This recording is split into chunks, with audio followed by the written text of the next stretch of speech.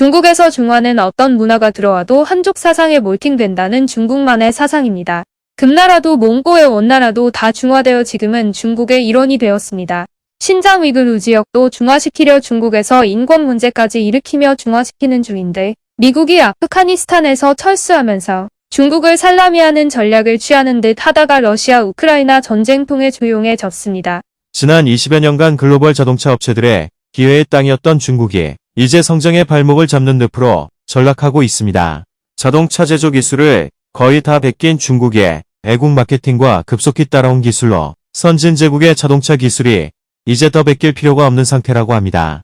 또 시황제 등극에 맞추어 코로나 봉쇄 장기화로 인한 공급망 붕괴와 판매 감소, 외국계 기업에 대한 보이지 않는 보복, 전기차 시대 자국 기업들의 부상 등 여러 요인이 복합적으로 작용하면서 글로벌 업체들의 중국 내 입지가 갈수록 좁아지고 있습니다. 2016년 사드 보복으로 롯데는 수조원 투자를 벌여가면서 철수하였고 삼성전자는 진작 중국에서 잘 철수하였습니다.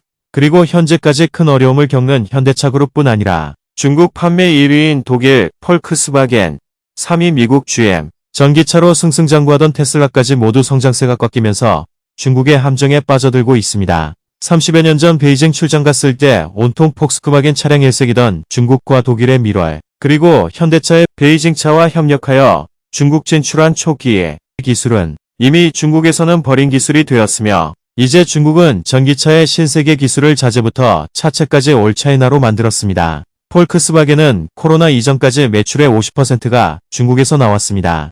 하지만 최근 점유율이 급감하고 있으며 2019년 대비 5분의 1이 줄었습니다. 2017-2019년 한 해 400만 대를 넘게 팔던 폴크스바겐은 중국 업체들이 첨단 전기차를 내놓는 사이 소프트웨어 오류 문제로 전기차 출시가 지연되면서 위기가 시작됐으며 지난해 뒤늦게 전기차 ID4를 출시했지만 중국 자동차 수준에도 못 미친다는 평가가 나왔습니다. 2019년 점유율 2위였던 GM은 올해 대부분은 상하이 우링자동차와 합작해 만든 500만원대 전기 경차로 수익성은 크게 떨어지고 있으며 매출 절반이 중국에서 나오는 테슬라 역시 기세가 꺾이고 있습니다. 중국 토종기업 바이디의 급성장과 급발진 의심 사고 등이 겹치며 재고가 2만 대 가까이 쌓이자 최근 가격을 최대 9% 인하했습니다. 또 스텔란티스와 포드도 매출이 급감하고 있습니다. 스텔란티스는 결국 중국 철수를 발표했으며 BMW와 벤츠는 중국에서 그나마 선방하고 있지만 중국 업체가 본격적으로 고급차 시장에 진출하면 이 시장 역시 잠식당할 것이라는 전망까지 나오고 있습니다. 글로벌 완성차 업체들의 위기는 바이디, 지리, 창안, 리오, 샤오펑 같은 중국 업체들의 급성장이 가장 큰 이유입니다.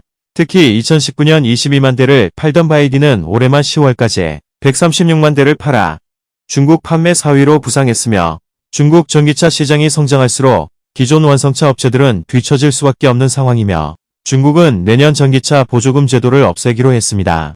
보조금 없이도 중국 전기차 업체들이 생존할 수 있다는 자신감이며 실제로 바이디는 외국계 완성차 업체들이 줄줄이 가격 인하를 단행한 것과 달리 가격을 100만원 이상 올리는 자신감을 보이고 있습니다. 중국 업체들은 미국, 유럽, 일본 등 선진 시장을 두드리기 시작했으며 지난 7월 일본 시장 진출을 선언한 바이디는 내년 한국 시장도 진출하며 한국 버스 시장 50% 이상이 바이디의 시장이라고 하며 바이디는 최근 수출을 위한 자동차 운반선 8척을 주문한 것으로 알려졌습니다. 다행히 대한민국 대표 현대차는 유럽이나 북미에서 최고의 성과가 나오고 있으며 배터리 분야 역시 한국 업체들의 기술이 현재는 최고이지만 가성비 좋은 중국의 리튬인 산철, 배터리를 채택하는 자동차 회사들도 많아지고 모든 자동차 회사들이 배터리를 자력으로 제조하려고 하고 있어서 대한민국에 가야 할 고민이 깊어집니다. 대한민국 현대차와 배터리 3사 파이팅입니다.